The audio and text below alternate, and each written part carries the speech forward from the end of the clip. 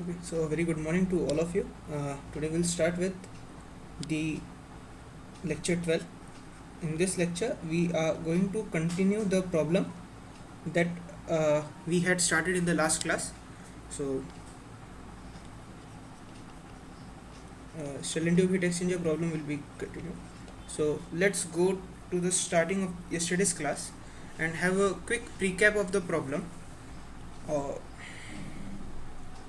Okay, so the problem that was given to us was as follows. We were asked to design an exchanger to cool methanol from 95 degrees Celsius to 40 degrees Celsius, and we wanted to cool 1 lakh kg per hour of methanol, and it was said that brackish water will be used as the coolant, and the inlet temperature of the brackish water will be 25 degrees Celsius and the outlet temperature will be 40 degrees Celsius. So our first step the first step towards the approach of designing the heat exchanger is to calculate the heat load and make sure that we have all the flow rates and inlet and outlet temperatures with us. So we made a table for it. This table is made to make the things simpler for you. So from the table we saw that all the values in the black are known, and we need to find out the flow rate for brackish water and the heat load. So calculating heat load was pretty much straightforward. Heat load will be given by Q is equal to M times Cp delta T, where M dot, because of it's a flow rate. So we know the mass flow rate for methanol, right? We know the specific heat for methanol, and we know the inlet and outlet temperatures for methanol. So simply substituting those values. Now since this was given in kg per hour, to convert it into SI units, this was divided by 3600 times Cp times delta T, and we could get the heat load. The next step was to find out the flow rate for brackish water, which we could easily find out using this Q is equal to mCp delta T. We know delta T, we know Cp, we know Q. Rearrange the terms to find out the value of flow rate for brackish water. The step 2 is again a preliminary step wherein we need to ensure that we know all the required physical properties of the material. So those properties are the viscosity, the thermal diffusivity, thermal diffusion, the conduction thing, and the density. Cp is already used, so we know that we have the values of Cp. So in our case, these values were already given. In a design problem, what generally people do is they take the average of these temperatures. So here it will be 65 by 2, somewhere around 37.5. This will be 135.2, which will be 67.5. So they say at 67.5 the value of mu, k and rho, and they find out the value of mu, k and rho at 37.5 respectively. So we have already been given these values. Then we need to decide some things. Okay, why we need to decide? Because to proceed the problem further, we have this final expression Q is equal to U A for the heat transfer, or let me write it out here. We have this expression Q is equal to U overall times the total area which is available for heat transfer into delta Tm. Right. To calculate delta Tm, we had already seen that we'll be using a relation something like this. We'll say it's a delta T LMTD times a correction factor, where correction factor depends on two things: the stream temperatures and the arrangement of flows, like what are the passes on shell side and tube side. So now we need to fix the shell pass and tube pass to proceed further. So we fixed that there will be one shell pass and there would be two tube passes. Once we fixed it, we calculated the delta T LMTD value, which came out to be 31 degrees Celsius, and then we calculated R and S which were the two what I can say variables or dimensionless variables in the expression to calculate ft. Now there are two ways to go ahead.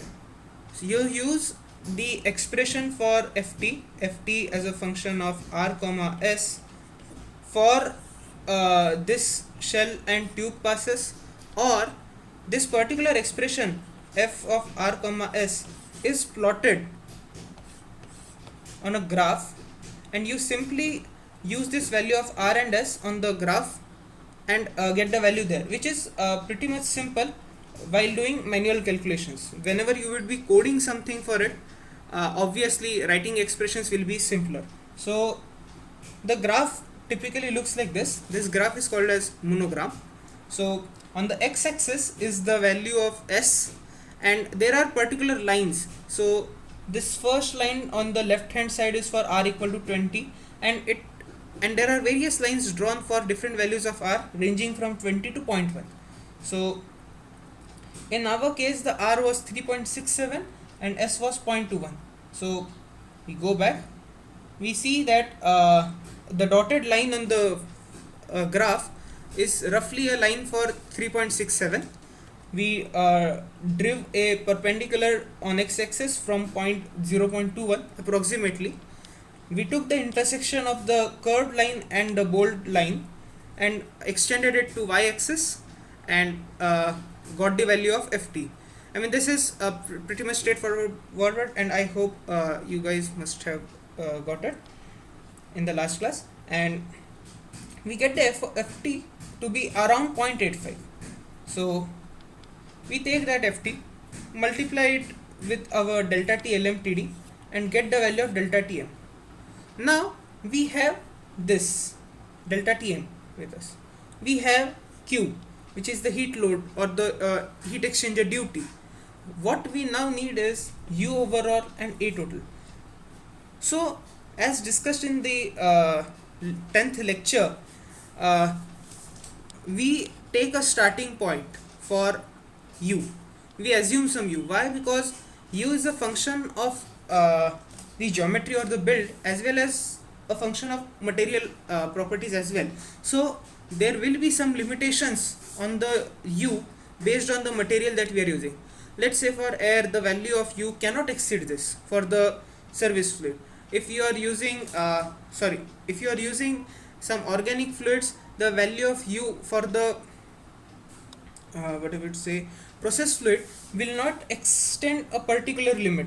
So based on that range we can have a good guess point. This is just to get a guess point.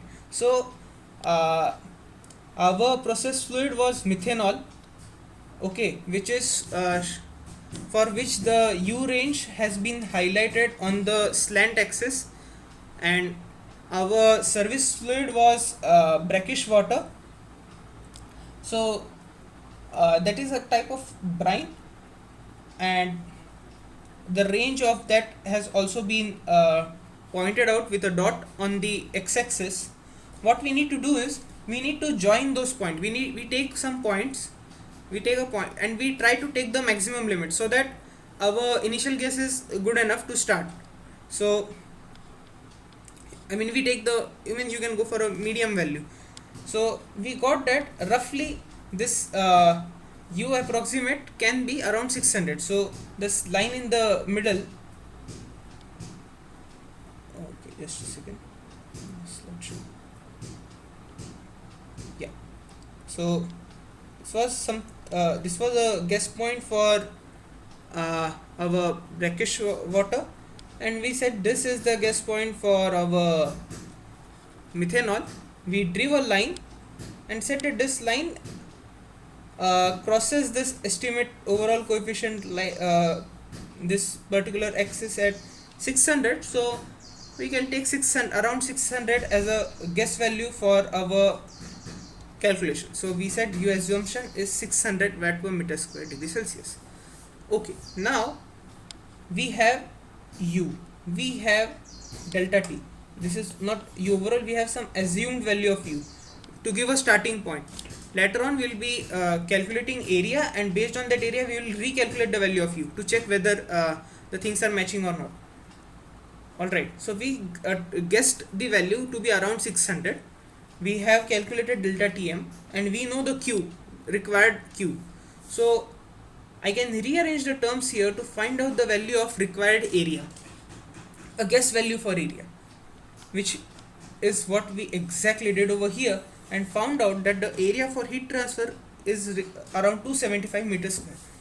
Alright, now we need to find out how many tubes do we require, and ये area में tubes कितने लगेंगे, shell का diameter कितना लगेगा, because to find out the u we require velocity, Reynolds number, which requires velocity and diameter.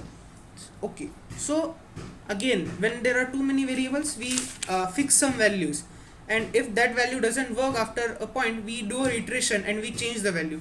So we said we'll use the smallest tube available, which is 3/4 of an inch, and we'll use the median range, a very standard range, which is around 16 feet. So again I had said that for heat and shell and tube exchangers or in general industries, the once you fix the diameter, the thickness of the pipe is fixed, so you get some really you don't have a big choice over there. So once you have fixed 3/4 inch dia of the pipe, so that pipe refers to 16 mm inner diameter, 20 mm outer diameter, and then they have fixed lengths. They will ask you like 8 feet, 10 feet, 12 feet, up to say 20 feet, something like that. So we have chosen 16 feet. So we know the area that we can get from one tube. एक tube से कितना area मिल सकता है, so that will be outer diameter, क्योंकि tube का outer diameter would be exchanging the heat between fluid 1 and fluid 2. So outer diameter times pi times the length. Now there is a slight catch over here. Okay, so let me just bring it out over here. Okay, so yeah, okay, so if you can see, the tubes are being held by using a tube sheet. Even in this figure, or you go to this figure, they are held using a tube sheet on both the sides. And when this tube sheet will hold the tubes, so let me draw a tube, and now here is your tube sheet.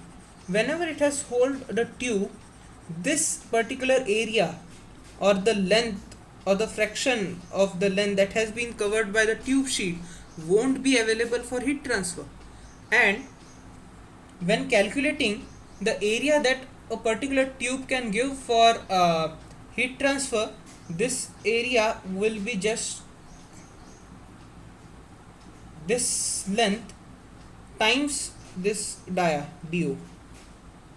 So we said that around 5 centimeters would be your thickness of the tube sheet, and they call it as tube sheet correction factor, so or clearance for tube sheet.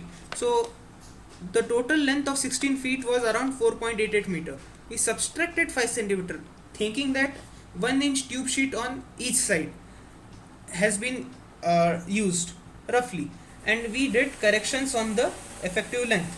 Now we know length, we know outer diameter, so pi into d naught into L, which is the curved surface area of the tube, will give me the area for area available for heat exchange for one tube.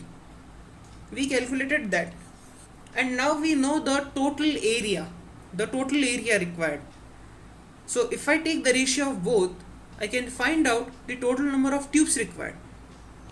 Mind you, these are the total number of tubes. Again, now a small clarification with respect to what factual error we did, which I did yesterday. So whenever we say let me go back here in this slide. This is what we discussed. Okay, so the figure on the left hand side is your 1-1 heat exchanger. The figure on the right hand side bottom is your 1-2 heat exchanger. Okay, so though the total area will include both the passes of the tube, or rather I would say will include all the passes of the tube and shell. So it won't be like एक पास के लिए इतना area चाहिए, वर अगर हम लोग ऐसा सोचते कि एक पास के लिए इतना एरिया चाहिए तो टोटल एरिया तो डबल हो जाएगा ना हीट ट्रांसफर के लिए. वो तो हमने अरेंजमेंट लाई है टर्बुलेंस और चीज़ों को और एफिशिएंट बनाने के लिए. Okay, I hope you are getting this point. A quick raise of hands if you are getting this point.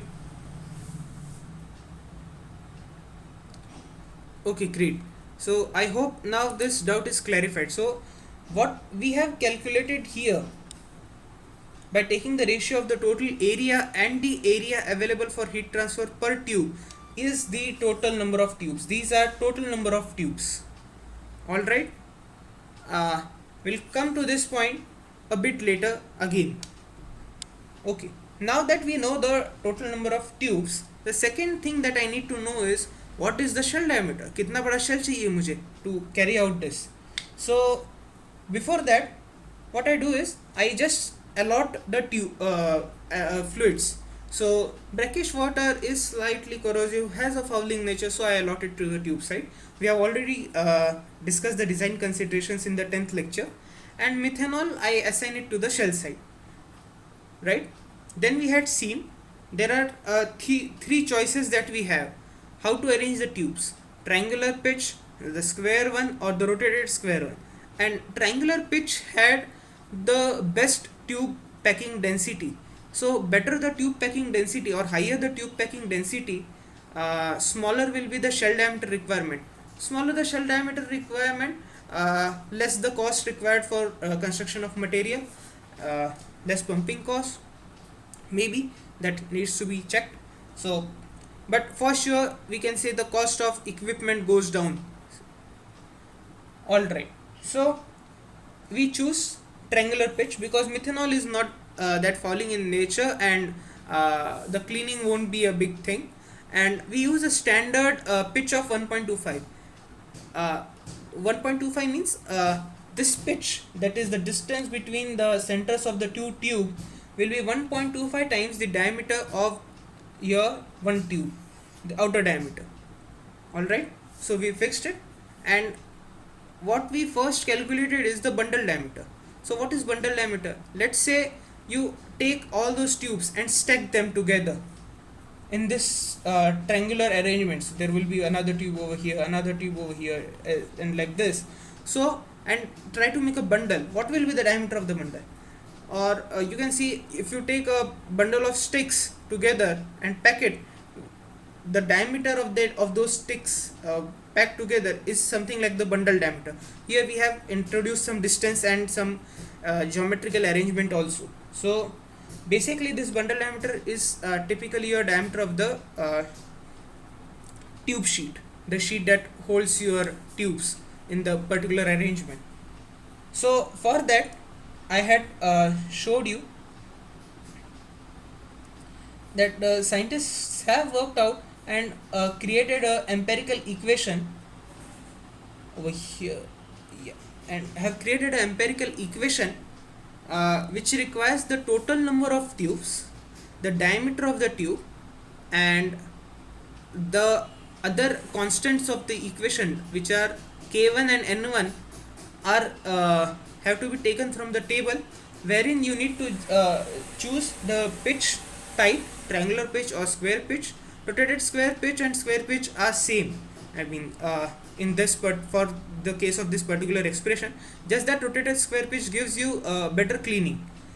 So you fix that and the number of passes we require for the tube side, and based on it you take the values of k1 and n1, plug in into the equation and find out the value of bundle diameter. Alright, finding out, this was all about bundle diameter. Now if you again if we go back to the figure over here, alright, tube sheet तो हमने बना लिया. अगर tube sheet के size का ही shell diameter बना है, if I make the shell diameter equal to the tube sheet diameter, will there be any space for the fluid to flow in? क्या वो क्योंकि ये ट्यूब है, ये tube sheet, this is your tube sheet, and there are so many nice wonderful tubes fit over it. There won't be any much space left for the shell fluid to flow, so we need to add some clearance to the this diameter, some space over here like this, so that there is some space left for the shell fluid to flow. So for that we need to decide on what type of head we are going to use. So as I said, I will be discussing the types of heads in the next class, and for now we fixed it to be split ring floating head. We know the bundle diameter, so just simple exercise, we take the value of bundle diameter up to this line and then extend it to the y axis, and we find out that this value is somewhere around 68 mm. So we need to add 68 mm to the bundle diameter, and that will give me our shell diameter. So we found out the shell diameter. Now we know all the diameters, the tube diameters and the shell diameters, and now we are ready to find out the value of Reynolds number, because Reynolds number requires diameter and velocity. Prandtl number is something which we already know is just the property, the ratio of physical properties. It has nothing to do with the geometry. So Prandtl number हम लोग step 2 के बाद आराम से निकाल सकते थे, इसके लिए इतना सब पापड़ बेलने की कोई ज़रूरत नहीं थी. All these efforts were not required for the Prandtl number actually. Alright, before that we saw one small point जहाँ पे I showed you why we can't use this expression in shell and tube heat exchanger, and we use a modified version of this particular expression wherein a factor JH has been added, and this factor JH accommodates for the fouling on the tube side and the shell side uncertainty, because because there won't be a uniform velocity across the cross sectional area of the shell, and we actually need to find out accurate values or pretty much close values for both the heat transfer coefficients. So there was a scientist Butterworth who did some experiments, and this factor JH came into picture, and now this JH for how does this JH accommodate for the things. So this JH on the tube side is simply a function of L by D ratio, where L is the length of the tube, D is the diameter of the tube, outer diameter, inner diameter over here, because we are talking about fluid and the Reynolds number. And on the shell side, it depends on the baffle, which type of baffle you are using, what is the baffle cut, and the tube arrangement, whether you are going for the triangular tubes or the square, the triangular arrangement or the square arrangement. So these are the typical graphs for them. So now our target is to calculate the Reynolds number, and what we have in our hand, what variables we have in our hand are to fix the baffle cut. कितने baffle cuts, मतलब what will be the percentage of the baffle cut, 15%, 20%, 25%. Alright, so first we will take tube side, because that is much more simpler. Alright, now I will come back. Now let's revisit this point. So what we know is the total number of tubes, which are around 920, right? And what we have decided is there will be 2 passes on the tube side. There will be 2 passes on the tube side. So the fluid has to flow from half of the tubes. So 920 ka half will be 460, right? So the fluid has to flow through 460 tubes first, then it will reverse its direction. पहले अगर इस direction में गया होगा तो 460 tube से यहाँ से ऐसे इस डायरेक्शन में गया, एंड देन बचे हुए 460 ट्यूब से इस डायरेक्शन में वापस जाएगा, तब वो 2 passes होगा. So we need to allot half of the tubes for one pass. Had it been a case of 3 passes, we would have divided the total number of tubes by 3. Had it been 4 passes, we would have divided the total number of tubes by 4, because there should be equal distribution of tubes in each pass, right? So in this case, this number turns out to be something like 458 or 460 tubes per pass. Now we know the total number of tubes per pass. What we need to find out is the velocity of the fluid inside the tube. So what is the cross sectional area for the fluid to flow? That will be total number of tubes into pi r square और pi d square by 4. एक tube से जितना area मिल रहा है times the total number of tubes, क्योंकि इस direction में flow होने के लिए, ये एक पर्टिकुलर डायरेक्शन में फ्लो होने के लिए अब एक नहीं, हमारे पास अनेक ट्यूब्स है, we have multiple tubes, so we need to multiply it by the total number of tubes. Is it clear guys? any doubt up to this point? If you have doubts, you may unmute yourself and speak up.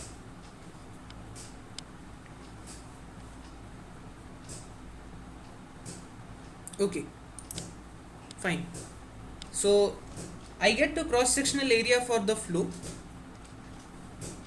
I know the mass flow rate of the water. I can convert it into the volumetric flow rate divided by the area, and what I will get is the velocity for the tube side fluid.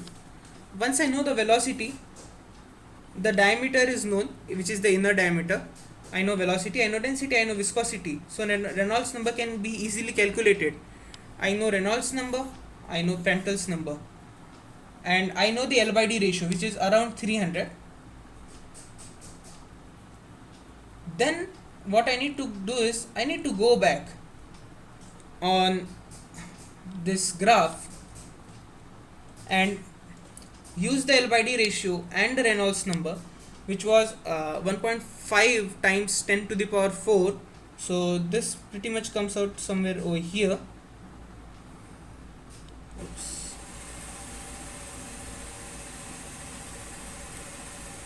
Which is something like this. L by D 300 already drawn on the red line. This intersection point is somewhere over here, has to be taken back, and this value you get over here, and this JH factor was coming somewhere around 3.9 into 10 raised to the power minus 3. Now that I have the value of JH, I'll use this expression. Pretty much simple task. Here you need to use the outer diameter, be careful, HD naught by K, GH you know, RE you know, Prandtl number you know. This factor is roughly turning out to be 1, so that has been not taken into consideration, because we say both the viscosities are almost same. This is viscosity at the bulk temperature, this is the viscosity at the wall temperature. We are saying the viscosity is a weak function of temperature in this particular case, and hence the ratio is 1 and not taken into consideration. We know all this value, the only unknown is the value of H, so we found out the value of H, which was coming around 3800. Alright, so in this course of around 30 minutes I have given a pre-cap, or again explained, or we have gone through all the concepts that we had covered in the last class. I hope every one of you is clear with this. A quick raise of hands. Okay, great. Now the next target is to find out the value of H on the shell side. What is the value of H for the shell side? This is our next target. Again, for that we'll be using this expression only. We need to calculate JH. JH को लगता है Reynolds number and baffle cut का percentage. baffle cut का percentage हम लोग fix कर लेंगे, कोई प्रॉब्लम नहीं है, बट रेनॉल्ड्स नंबर अभी हमें निकालना है. रेनॉल्ड्स नंबर निकालने के लिए हमें चाहिए diameter and velocity. Prandtl number निकल चुका है क्योंकि स्टेप 2 में ही उसके सारे वैल्यूज़, मतलब रिक्वायर्ड वैल्यूज़ हमें पता है, right. So for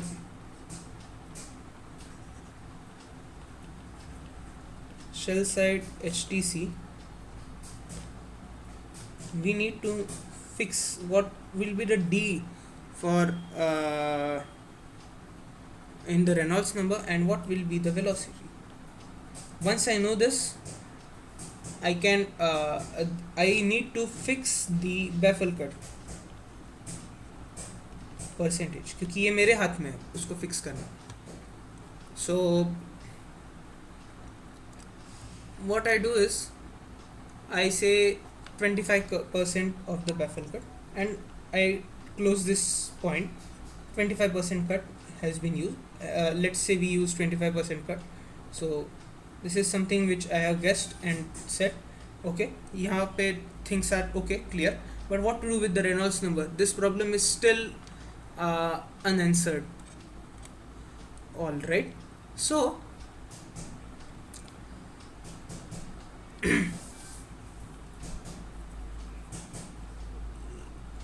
let's first talk about velocity. ठीक है, velocity क्या होगी. So अब थोड़ा सा हीट ट्रांसफर से बाहर आते हैं. Have you guys played this particular type of game? This is a maze and ball toy. Have you guys played this game before? Yeah. इसका 2D वर्जन भी आता है, इसका 3D वर्जन भी आता है. There are various versions. Alright. तो what you can imagine is ये हमारा शेल है एंड इसमें ऐसे बैफल्स लगे हुए हैं.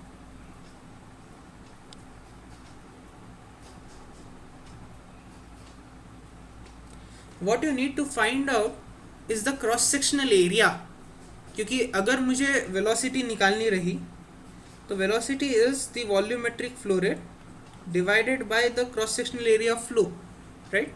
So this is very similar to solving इस particular maze में is what will be the maximum diameter of the ball that I can use in this particular maze, right? That ये भी एक कॉम्प्लेक्स सिस्टम है, इसमें भी काफ़ी सारे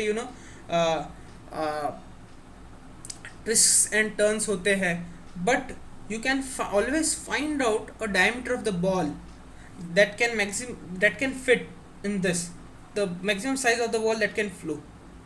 Are you guys getting this? Yes sir. So ये बॉल एक्चुअली फ्लो होगा. क्यों निकालना है वो भी मैं बता दूँ. ये बॉल एक्चुअली ऐसे फ्लो होगा,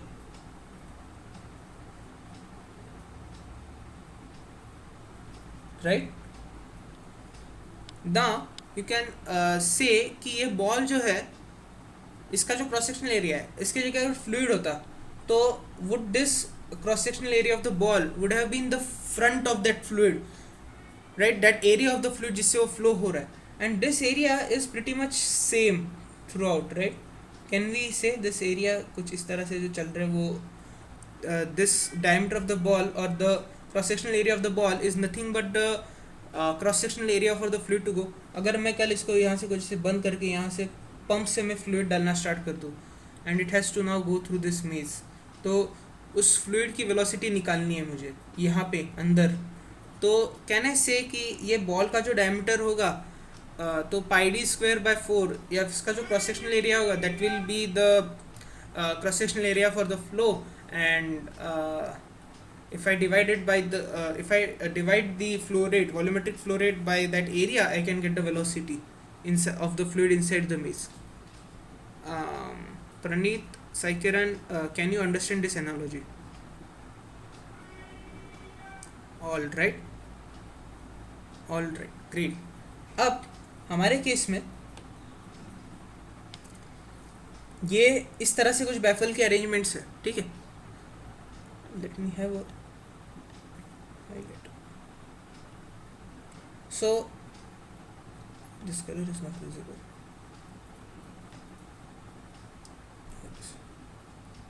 हमारे केस में कुछ इस तरह से वो बॉल मूव करेगा बैफल्स के बीच में, शेल में.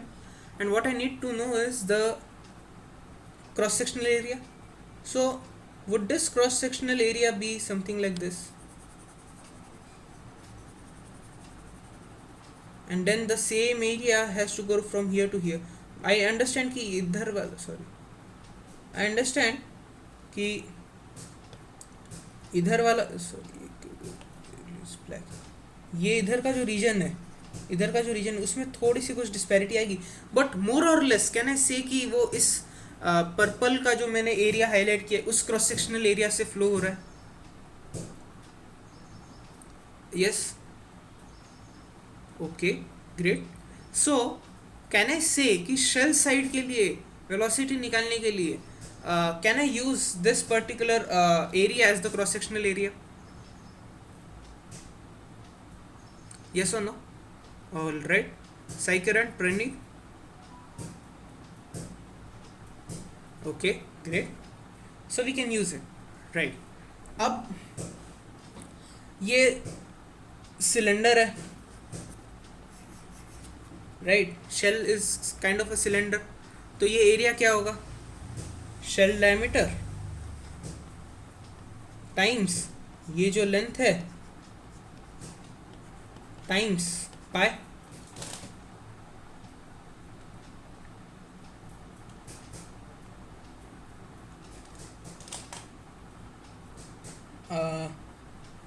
Are you guys following me?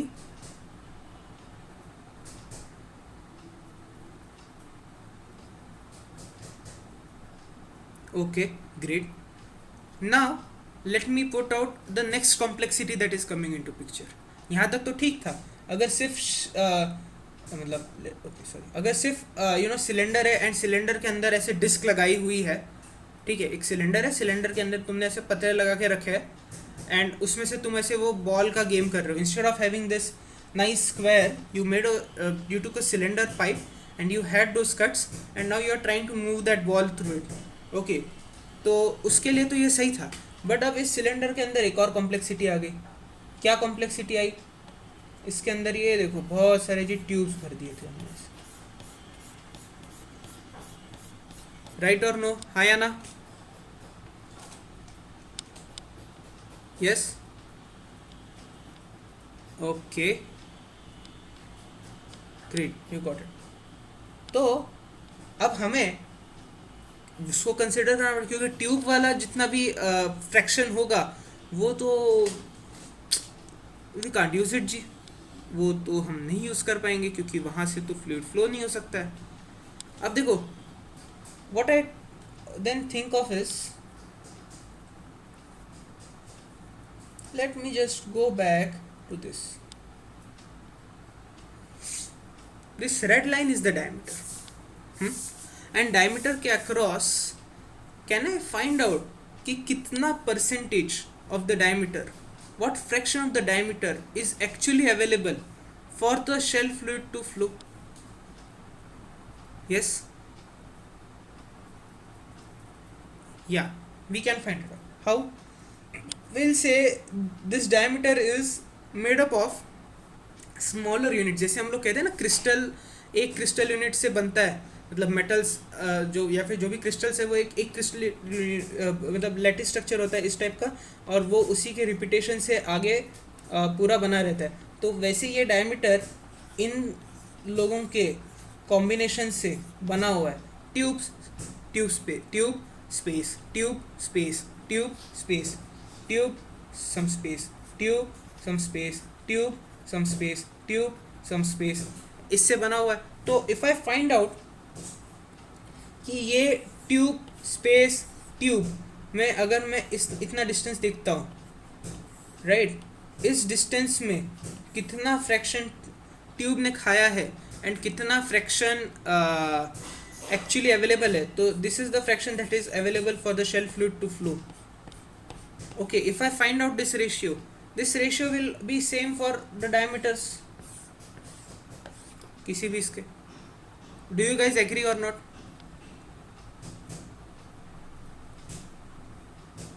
Okay, great. So what will be the fraction available? The total length is PT. PT का PT minus DO. PT minus DO is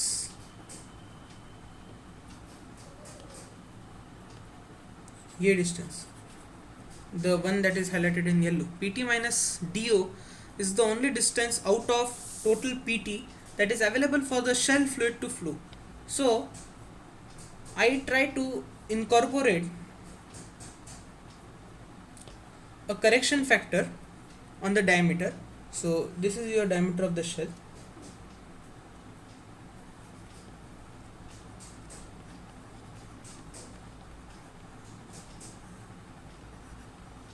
and this is the effective diameter जिससे fluid flow हो रहा है.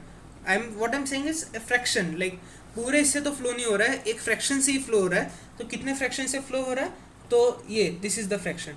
Do you guys understand this?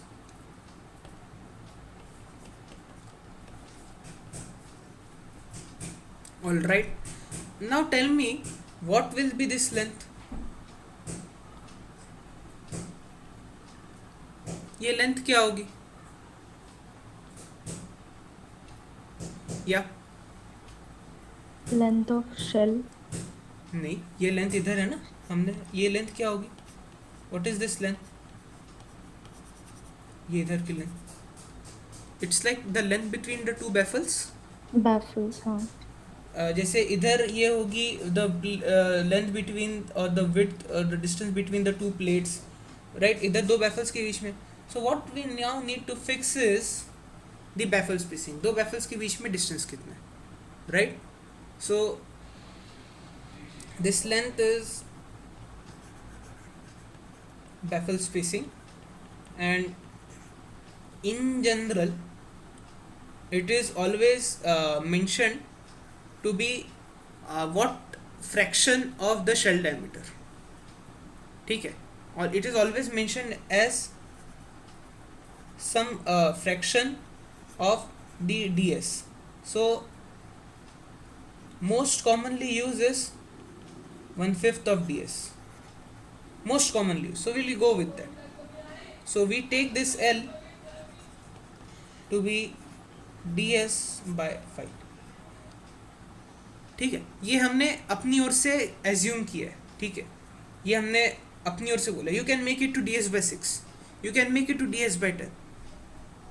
ठीक है, you can do it. What will happen, area बढ़ जाएगा. ds by 10 करेंगे तो एरिया एरिया कम हो जाएगा, वेलोसिटी बढ़ जाएगी. जितना पास में बैफल लगाओगे उतनी वेलोसिटी बढ़ने वाली है. जितना पास में बैफल लगाओगे उतनी वेलोसिटी बढ़ेगी, जितना बैफल दूर लगाओगे उतनी वेलोसिटी कम रहेगी. So this is your interview thing जो अभी बात करते करते निकला है. सो दे कैन आस्क यू कि जी बैफल स्पेसिंग को इंक्रीज किया तो क्या होगा. So you can say turbulence बढ़ेगा. क्यों बढ़ेगा? कि बैफल स्पेसिंग को इंक्रीज किया तो वेलोसिटी बढ़ेगी, वेलोसिटी बढ़ी तो आर ई बढ़ेगा, आर ई बढ़ा तो टर्बुलेंस बढ़ेगा, टर्बुलेंस बढ़ा तो basically your shell side heat transfer coefficient will increase. So whenever you guys need to answer some interview questions, you can always use this logics to tell them. They will ask you shell side का heat transfer coefficient is not sufficient, क्या करें? Tell them this. This is how you need to answer the things. So आगे चल के अगर कोई iteration करना रहा, शेल साइड का हीट ट्रांसफर कोएफिशिएंट सफिशिएंट नहीं लग रहा है, सो हम लोग क्या करेंगे? हम लोग बैफल स्पेसिंग को बढ़ाएंगे या घटाएंगे. यस, हम बैफल स्पेसिंग को बढ़ाएंगे ताकि वेलोसिटी बढ़ जाए. मैं सही बोल रहा हूँ, गलत बोल रहा हूँ? Take a minute to think on it. So be careful guys. Whenever we decrease the baffle spacing, the velocity will increase, then only your RE will increase, and then only your turbulence will go high, and then only your HTC will go high. I was kind of checking कि everyone attentive है या नहीं. So others, Sai Kiran, Praneeth, समझ में आया? Yes, sir. Be attentive, ठीक है. So this was just to give you a glimpse of how interview questions look like. ठीक है. एक example कि it will be like a dialogue going on between you and the interviewer, and in between this topic can come up, and then you have to answer it. So I'm trying to tell you a way to start thinking over there, right? So all right, coming back to the problem, the cross flow area. Oops. The cross flow area or the area for that ball is now given by this. You guys can plug in the values, and this comes out to be 0.03 meter square. You what I would request is, you once the video is uploaded, you can refer the video and try to get the values by yourself. For now we'll focus more on understanding. So you guys please try to solve it once the video is uploaded. Alright, so now that we know the cross sectional area, our next target is to find out the velocity. So again, the velocity will be the mass flow rate for methanol divided by its density. This will give me the volumetric flow rate times the cross sectional area, right? This will give you the value of velocity. Or else what you can do is, you find out the mass velocity. Instead of going for linear velocity, find out mass velocity, as I was discussing in the last class. This is just to reduce the number of computations in your examination. ठीक है, पहले ये निकालो वो निकालो. What I say is, Reynolds number is velocity times diameter times rho by mu. Okay, so velocity into rho into area of flow by area of flow into d by mu. Now what is V into rho into A? This is your mass flow rate of whatever stream we are considering, times density divided by area into viscosity. So what is happening over here is, if we are using this particular thing, we are actually avoiding one particular computation. This will save your 2 minutes or 3 minutes or 4 minutes in the exam. And you see, velocity is nowhere used directly. तो एक तरीके से ये एक redundant calculation है जो आपके 2-3 minute बचाएगा, एंड नॉट जस्ट एक बार 2 बार. यही फॉर्मूला आप इधर भी यूज़ कर लो ट्यूब साइड के लिए. ट्यूब साइड में भी ये वेलोसिटी कंप्यूट करने के लिए आपने पहले एरिया निकाला, फिर उसको इस फ्लो रेट को डेंसिटी और इससे मल्टीप्लाई किया. It takes around a minute, I understand. And then you plug this value over here and do. So basically you are doing 2 computations to find out the value of Reynolds number, but instead of that we are saving 2 computations of velocity for the process fluid and the velocity of service fluid, and directly using this.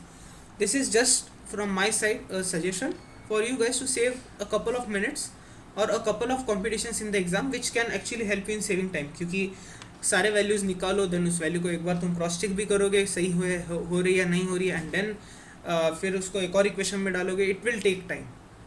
you have to write it, you have to do the calculations on calculator. I understand. So this is all okay. I mean this will surely save your time in the exam. So this Reynolds number comes to be around 36,800. You can cross check and see if the ranges are matching. Someone can hit 36,700, someone can get 36,900. It's all okay, right? So it's check it after this class. And Prandtl number आप calculate कर सकते हो CP mu by K. सारे values पहले से step 2 में हमने निकाल रखे हैं. This comes out to be around 5.1 or 5. Comes out to be around 5. Prandtl number पता है, रेनॉल्ड्स नंबर पता है. JH निकालना है. JH निकालने के लिए दूसरा क्या चाहिए था? बैफल कट का परसेंटेज जो हमने पहले फिक्स कर लिया. चलो let's go to the graph. 25% की सेकेंड लाइन है ये वाली. एक second. This line which I am highlighting in red, I hope you are able to see it. Right, ये लाइन है. रेनॉल्ड्स नंबर कितना है अपना 36,000 which is 3 into 10 power 4, roughly 3.6 into 10 power 4. So this particular thing will come over here, right? This is the line, go up to this point, and this point is somewhere between 3 and 4 into 10 raised to the power minus 3. ये point यहाँ से इधर आएगा, right. अब देखो ये log scale है, इसमें लीनियर टर्म्स नहीं होते. ये अगर तुम इसको ध्यान से देखोगे ये लॉग स्केल है पूरी, ठीक है. लीनियर स्पेसिंग नहीं है ऐसे 1 2 3 4 5. 1 और 2 के बीच में बहुत डिस्टेंस है, बाकी इसमें बहुत कम होता है. So this point is coming somewhere around 50%. So you see this is again a scale to see, and around 50% पे कितना वैल्यू आता है 3 का. सो 4 और 3 के बीच में भी ये 50% पे आ रहा है. So this won't be taken as 3.5, this has to be taken as 3.3 around. So again a small hint for you guys to read logarithmic scales in your exam. See over here again, इधर इस वाले axis पे देखो, ये एक particular unit है 1 to 10 का, right. Log spacing में 50% डिस्टेंस पे दो डिजिट्स के, ये डिजिट 1 ये डिजिट 2 पे क्या वैल्यू आ रही है, रफली 3 की वैल्यू आ रही है, करेक्ट. रफली 3 इज इन द सेंटर, रफली आई एम सेइंग. ओके, वैसे ही इधर let me see. Okay, I can't zoom more than this. 3 और 4 के सेंटर में वैल्यू आ रही थी इधर, right, somewhere around center. So will this be value 3.5? No, this has to be taken as 3.3. I hope this is clear.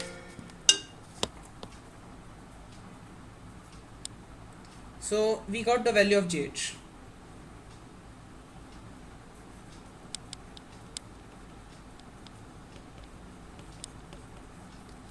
raised to the power क्या था multiplying factor 10 raised to the power minus 3. Okay, now we'll substitute that value in the expression.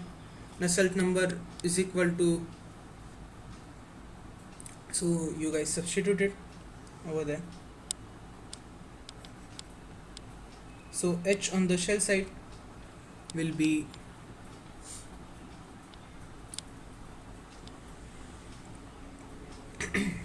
sorry,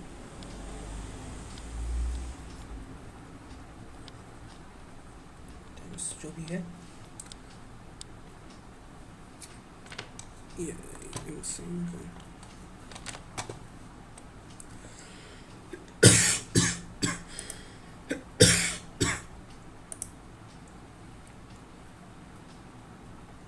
what will be the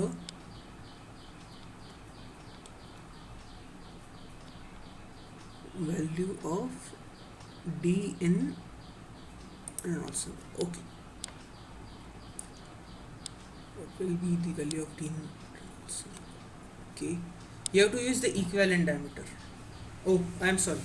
Yeah, good point, very good point. Who was it?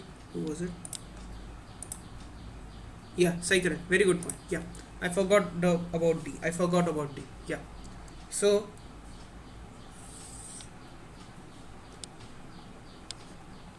equivalent diameter, जैसे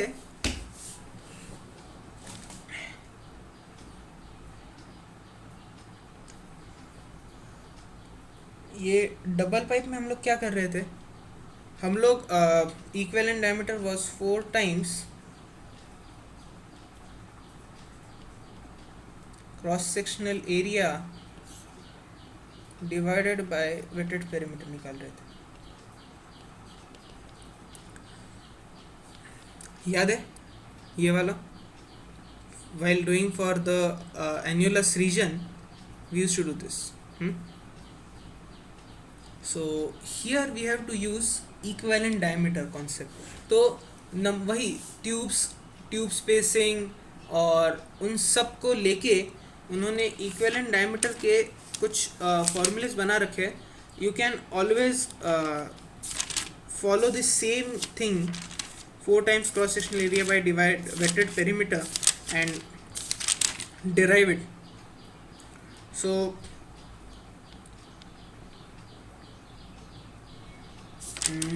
उसका formula आता है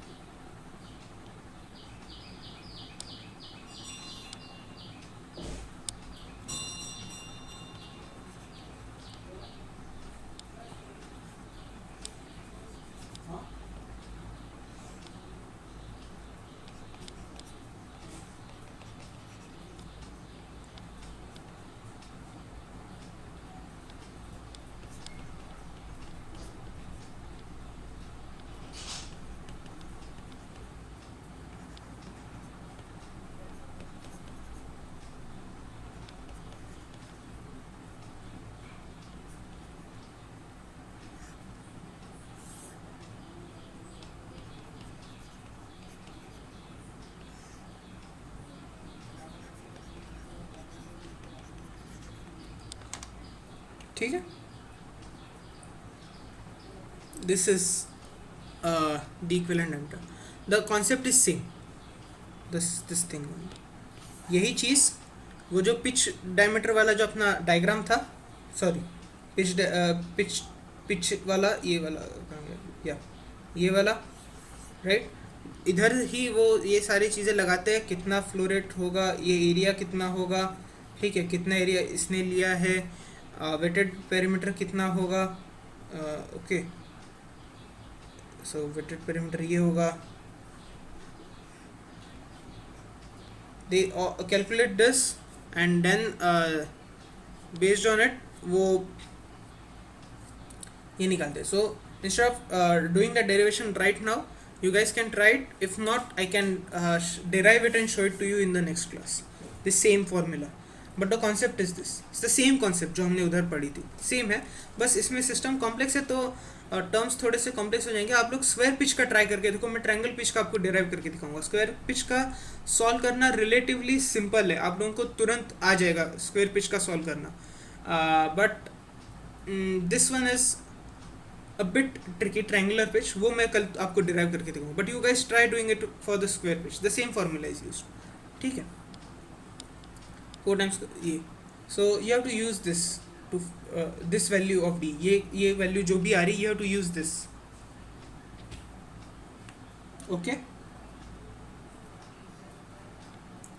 yes or no, समझ में आया? Okay, great. Praneet, Rituja, okay great. सो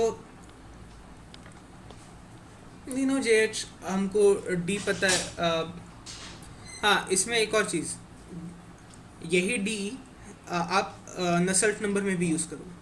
ठीक है, जैसे हम लोग जब ये वाला double pipe heat exchanger use कर रहे थे तो हम हीट ट्रांसफ़र का इक्विवेलेंट डायमीटर एन्युलस रीजन के लिए अलग निकालते थे एंड फ्लो का मतलब फ्लूइड फ्लो के लिए डी अलग निकाल देते. इधर दोनों डी सेम यूज़ करने हैं. क्लियर? हाँ या ना? Okay great. I am just stating the facts, ऐसे that's it.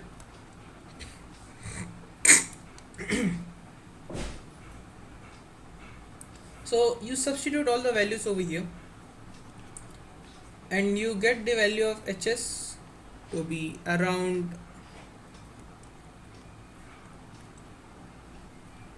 2700. Watt per meter square degree Celsius. All right. After this, what we need to do is we need to check. Remember that interesting step on just our previous class, lecture 10. See, we have reached up to here. हमने shell side HTC निकाल लिया है. We have completed all these steps. ये निकालो, ये निकालो, ये निकालो, ये निकालो. Shell diameter, we have done this, tick, tick, tick. We have reached up to here. We have reached here.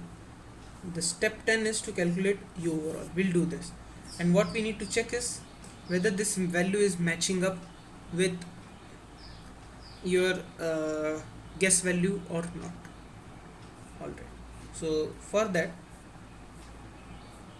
इधर ये based on inner diameter, based on outer diameter वाला चीज़ आता नहीं है. ठीक है, इधर things are pretty much simple.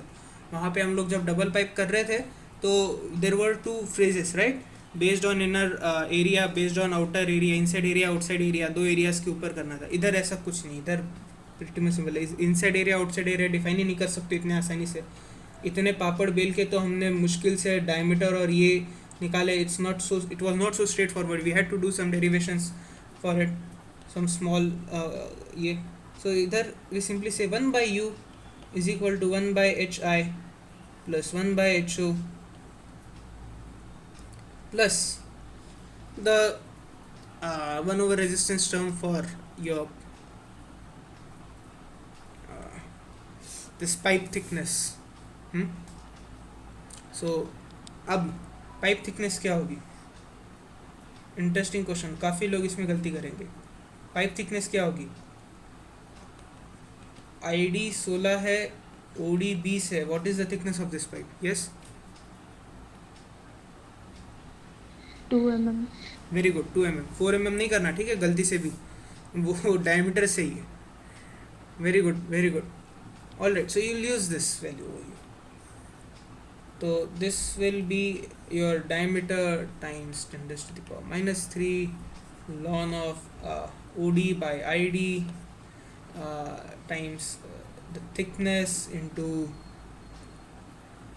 your K of the material. So ये एक टर्म आ गई. This term will be 1 over कितना निकाला था वो 2700, और ये कितना आया था? 3800. हाँ.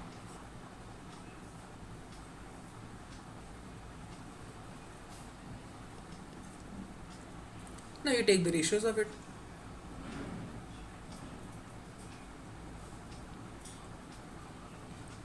ये हो गया आम जिंदगी. अब हमको दो और चीज़ें ऐड करनी है इसमें. ठीक है,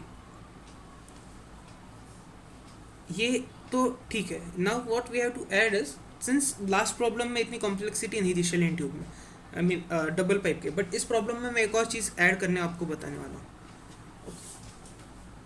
ये तो हो गया, यहाँ तक सब कुछ क्लियर चल रहा है, right. Let me draw something.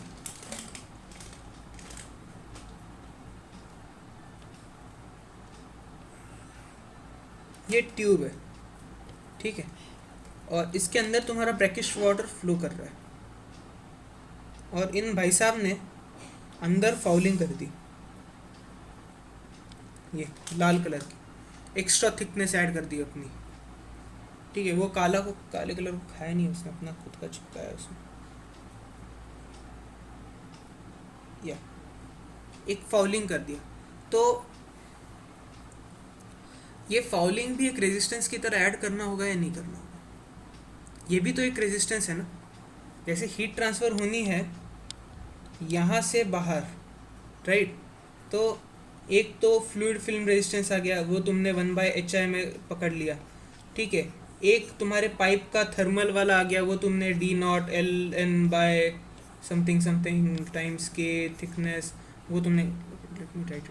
तो आपने फर्स्ट रेजिस्टेंस की टर्म जो आपको एनकाउंटर हो रही थी, ठीक है, that was your 1/HI. Second thing was that thermal diffusive, like thermal conduction की वजह से, conductive resistance, thermal conductive R of the pipe because of your pipe thickness. फिर तुमने बाहर का जो फ्लूइड था उसका रेजिस्टेंस भी गिन लिया, यहाँ तक तो ठीक है. Now your fluids are highly fouling, जैसे ब्रैकिश वाटर आया इस केस में, इट्स अ फाउलिंग फ्लूइड. तो ये रेड कलर का अपना एक थिकनेस लगाएगा, वो एक कुछ वो जो थिकनेस फाउल करेगा उसके ऊपर जो इससे एक रेजिस्टेंस ऐड होगा या नहीं ऐड होगा हीट फ्लो में. आई मीन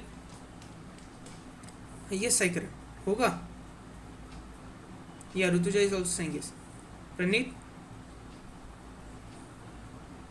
यस ओके होगा. So what you have to do is you have to इसके स्टैंडर्ड वैल्यूज मिल जाते हैं रेजिस्टेंस के कितने होंगे सम. तो they are all again given in terms of H. these resistances values are given in terms of h, so you take the values directly. so वो value आपको दी होगी, लाइक 3000 है for brackish water, for methanol that value is 5000. h की values है, ठीक है, h value is 5000, so resistance will be 1 by 5000 which is very low.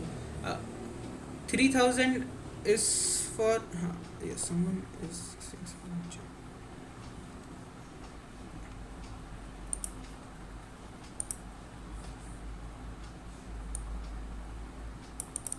we have considered the fouling factors but not for the fluid, right? I mean fluid specific थोड़ी ना उसमें कुछ आया था.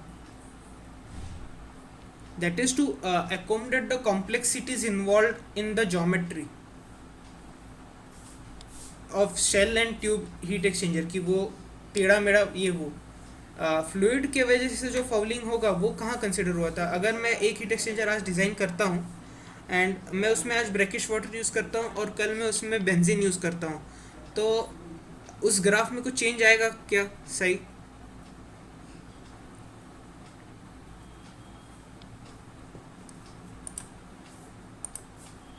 Know exactly. तो वो मटेरियल और वो फ्लूइड का जो चीज़ है that we have to consider externally. But हाँ, आज मैं एक एक्सचेंजर बनाता हूँ, ठीक है, और कल मैं उसी फ्लूइड को दूसरे एक्सचेंजर में डालता हूँ. So because the build of the exchanger has change. ठीक है, तुमने कुछ पाइप में ट्यूब को यू ट्यूब में कर दिया, पहले तुम कुछ ऐसे चला रहे थे काम. ये दो ट्यूब्स, ये मतलब ये रिप्रेजेंट कर रहा है एक पास और ये दो ट्यूब्स रिप्रेजेंट कर रहे हैं मेरा दूसरा पास. ठीक है, यहाँ पे संप लगा हुआ है, मतलब संप मतलब कुछ इस तरह से यहाँ पे ट्यूब शीट है. हो ये रहा है कि यहाँ से फ्लूइड आता है इन दोनों ट्यूब से, इधर वाले रीजन में वो मिक्स होता है और यहाँ से यहाँ चलता है. ठीक है, तो इस वाले केस में फाउलिंग वाला चीज़ अलग होगा. एंड इधर let me redraw this system again. इधर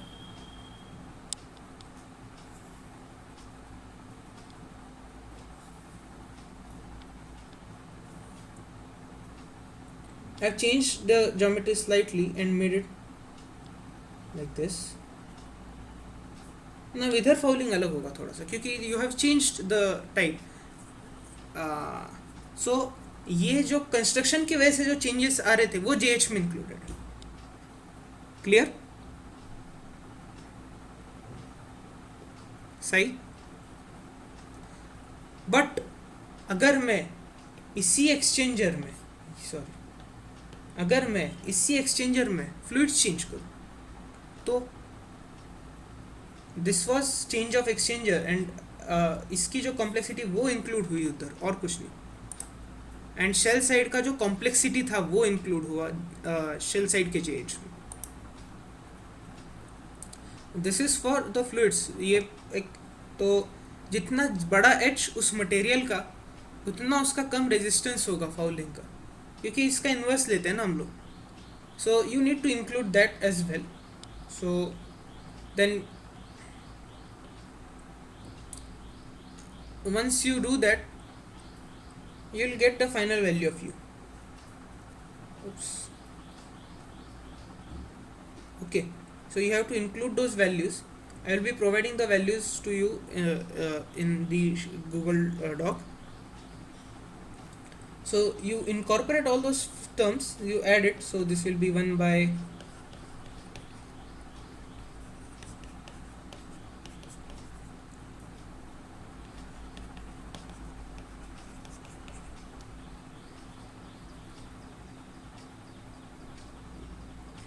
okay. Also one more thing, जो JH है वो सारी चीज़ों को आउटर डायमीटर के हिसाब से कन्वर्ट कर देता है. जो JH है वो सारी चीज़ों को आउटर डायमीटर के हिसाब से कन्वर्ट कर देता है. And since the fluid has been added, और ये जो फ्लूइड है उसको हमको फिर ये मल्टीप्लाइंग फैक्टर लगाना होगा as we did it in the case of double pipe heat exchanger, DO/DI, क्योंकि ये जो HI निकला है और HO निकला है वो JH फैक्टर ने उसको इन टर्म्स ऑफ आउटर ये निकला है, क्योंकि वो ज्योमेट्रिकल वाली जो चीज़ हमने डिस्कस की थी उस टाइम पे कि HI based on this area and HI based on this area will be different. तो this has already been taken care of. This is all based on the outer diameter of the pipe. So these two values have also needs to be converted based on it. So we have to multiply them by this. And once you do this, you will get the value of U to be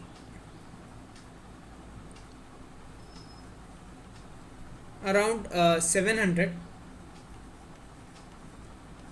watt per meter square degree Celsius. This is the U that you get after calculation. Alright. ये value आप लोगों की जो भी है, इसमें जो भी डाउट्स है आप लोग मुझे बताना. I will be happy to clarify it in the next class again. But just last discussion point, जो वो 12th पॉइंट था हमारा उधर, कि यू एज्यूम्ड और यू ओवरऑल जो कैलकुलेट हुआ उसके ऊपर अब क्या करना है. So let me tell you the story line in short. हमने Q निकाल लिया था, UA डेल्टा टी एम भी हमारा निकल गया था. And we didn't knew where to start our, I mean how to proceed in the problem. U और A दोनों ज्योमेट्री के ऊपर उनका कुछ ना कुछ लेना देना है शेल एंड ट्यूब के इसमें. And you have already seen this in our discussion also. They all are interdependent on every small aspect. कितने ये बेफल्स है, स्पेसिंग क्या है, ट्यूब्स कैसे है, all those. So we said for a starting point will take a guess on U, जो हमने लिया था 600. एंड देन उस गेस से हमने निकाला एरिया रिक्वायर्ड. उस गेस से हमने निकाला required area. Then we got a starting point कि ये एरिया मिला है. Then we started incorporating all those minute details कि इतना बैफल स्पेसिंग होगा, इतना ये ट्यूब का डायमीटर होगा, ये लेंथ होगा, ये हेड का टाइप होगा, राइट, बैफल कट इतना होगा, ट्यूब अरेंजमेंट इतना होगा. So we then started doing all the specifications and building a exchanger on it. And at the same time we were also considering कि ये fluids है तो या फाउलिंग इतना होगा तो या पिच इतना ज़्यादा रखेंगे या इतनी वैल्यू रखेंगे. We all started considering them then based on it.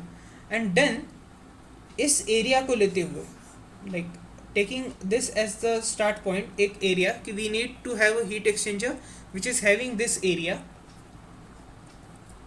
we built a exchanger, and then for that exchanger that we built, तो हमने क्या exchanger build किया है. so हमारा exchanger ऐसा build हुआ है.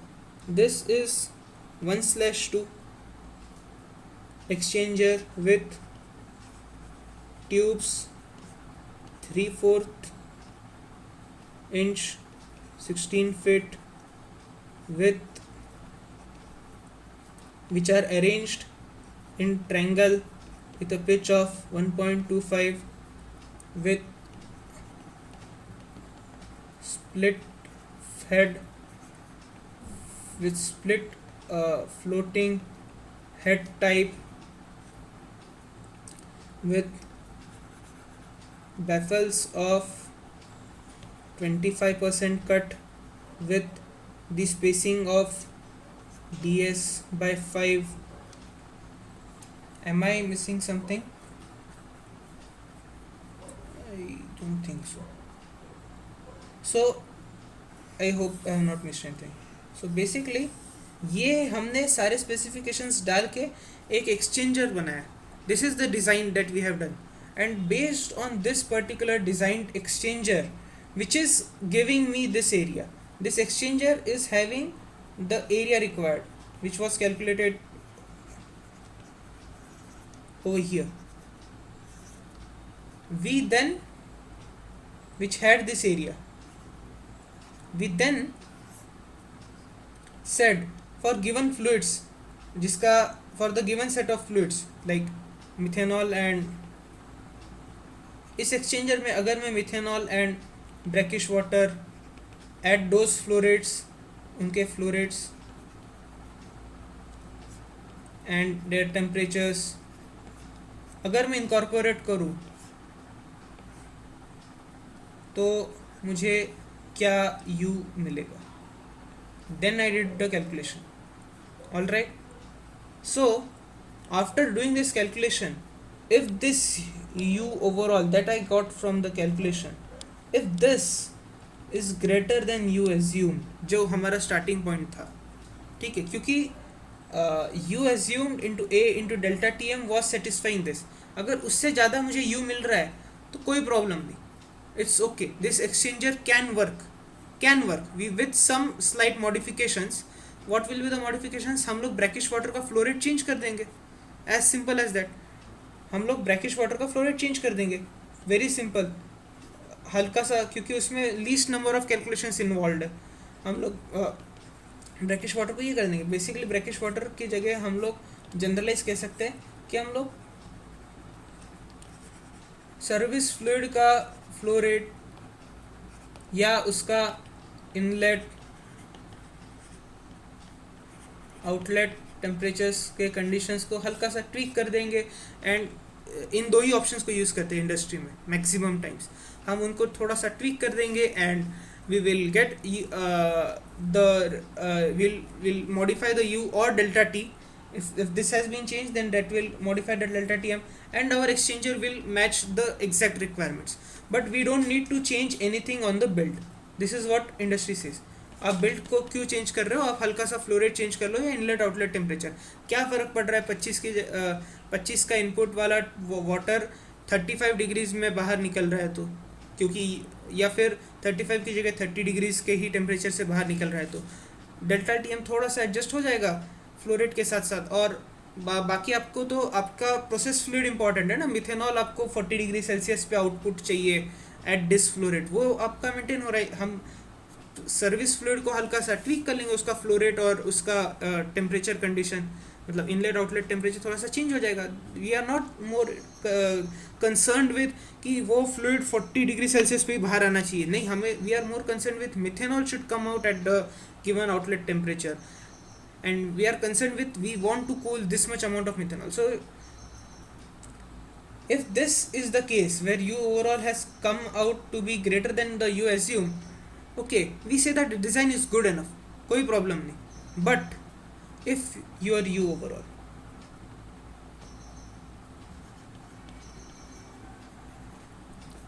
is less than U assumed, there is a problem. Kyunki when I will put that U overall that have been calculated in here, से 600 की जगह 500 ही आ जाता था पूरा कैलकुलेशन करने के बाद. एरिया तो यही था, डेल्टा TM भी यही था, उतना तो वो हीट एक्सचेंज कर ही नहीं पाएगा. तो this won't work for our things. अगर ये 500 होता तो ये नहीं चलता. चलो फिर तुम कहते कोई बात नहीं सर, जैसे आपने इधर कहा था कि हम लोग थोड़ा सा प्रोसेस फ्लूइड को ऊपर नीचे कर लेंगे, तो कितना कर सकते हो? 10% 15% तक आप बढ़ा सकते हो या घटा सकते हो, राइट? तो उसको आपने थोड़ा सा बढ़ाने की कोशिश की. चलो मैं फ्लूइड का ये बढ़ा देता हूँ या टेम्परेचर्स में, ठीक है, थोड़ा और ज़्यादा डेल्टा T बढ़ जाए कोई प्रॉब्लम नहीं, मैं हम लोग मैनेज कर लेंगे उससे, चलो. But then up to a limit possible है. इसीलिए if you remember,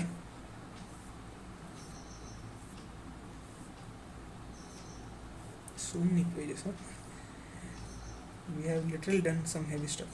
If you remember, यहाँ पे कंडीशन हमने ये लगाई थी कि when this is less than 30% से लेस होगी ये value, calculated value assume value से 30% से ज़्यादा कम हो रही है, you need to redesign everything. you need to go back and change it. क्यों? क्योंकि this tweaking of the flow rate and temperature values will be of no use over there, will be of no use to you in the industry. आप नहीं कर पाओगे उससे ज़्यादा. So and that's why I said कि that percentage again changes. आप मतलब एक पर्टिकुलर सर्विस फ्लूइड और एक इसके साथ स्टार्ट कर रहे हो, मे बी आपके पास वो 5 या 10% का ही लेवरेज है ऊपर नीचे करने का by changing some flow rates. So that's why if the value is less the problem always comes into picture, and then you need to go back and redesign everything with this new u as your this calculated u overall as your guess point. Is this clear? So होगा क्या, let's say 500 आया, 500 accepted नहीं है, you go back and put the value of 500. उससे क्या होगा, new required area will be larger than the initial area. So now what you are going is you are designing a bigger exchanger. So if I simply go back to this problem, since मेरा u calculated इस particular exchanger के लिए 500 आया and हमने assume किया था 600 से, so I go back over here, कहाँ गया इधर, right over here, I put the value to be 500 जो calculated आई थी. What will this do? This will increase this area. Now I will basically area increase हुआ है, so what I am doing is I am now repeating this whole process. Means I am trying to design a bigger exchanger now. So पहले का exchanger का area 275 metre square था, नए का area शायद 300 कुछ तो हुआ. So now I have designed a bigger exchanger. So bigger exchanger will increase the area, U almost उसी range में रहेगा, and then I will be able to achieve the heat load or the heat exchange that I want to do. This is how industry have to do the iteration. This is why the iterations are done, and this is the rationale behind doing the iterations. Is it clear, guys?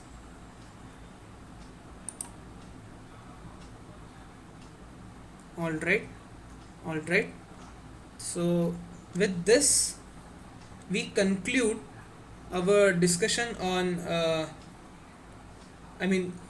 designing a thermal design of a shell and tube heat exchanger. I have showed one complete iteration.